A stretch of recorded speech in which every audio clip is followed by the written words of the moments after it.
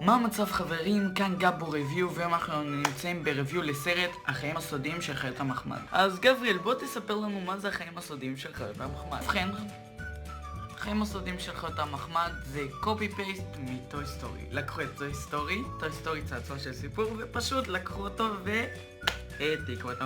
איזה כיף, כי נגמרים להם הרעיון. פה אני אעשה לכם פה עכשיו השוואה, סבבה? אוקיי, בצעצוע של סיפור יש צעצועים, נכון? פה יש חיות מחמד, אוקיי.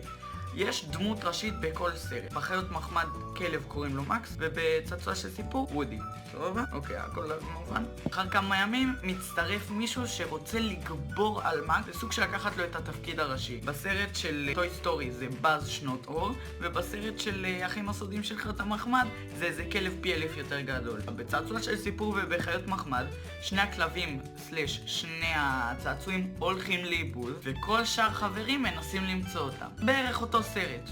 שלא תבינו אותי לא נכון, הסרט הזה ממש יפה. אם הוא לא היה מועתק, אני חושב שבערוץ אני צריך לתת 3 קריטריונים לסרט טוב. 1 זה מקוריות, 2 זה האיכות, אני לא מדבר על HD, אני לא מדבר איכות, איך שמביימים את זה. 3 שהשחקנים ידעו לשחק.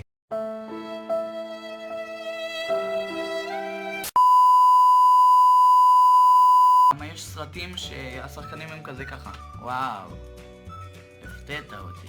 וכזה אני נשאר כזה, what the fuck. יש שחקנים שעושים את זה, וואו, הפתעת אותי. ככה צריך להיות שחקן. לדעתי הסרט יכל להיות הצלחה מאוד מאוד גדולה. נתנו לו ברוטן טומטוס 73, ואני חושב שדווקא צריכים להוריד את זה טיפה ל-50 ומשהו. כי באמת שזה לא היה ממש סרט טוב, הוא היה בדיוק העתק הדבק מצעצוע של סיפור. הם צריכים להבין את זה. וכמישהו שאהב את צעצוע של סיפור 1, 2, את 3 לא כל כך אהבתי. אם אתם ילדים קטנים, לא כמוני, אני בן עוד מעט 14. אם אתם ילדים קטנים ואתם בני 9 או בני 10 ואתם אוהבים סרטים מצוירים, אז זה הסרט בשבילכם, אני לא אומר שלא. אתם יכולים לצפות אותו עם המשפחה, זה סרט מאוד אבל מאוד מעניין. ובעצם יש לי עכשיו חולצה של המיניונים. זה מאותה חברה, רק כדי שתבינו. היום אני יוצא בערב לפסטיבל המחולות בכרמיאל, זה עומד להיות 3 ימים, כלומר יום שלישי, רביעי וחמישי. אני עומד להיות בכל הימים האלה, עומדים להיות שם מפורסמים. וזהו, אז תודה רבה שצפיתם.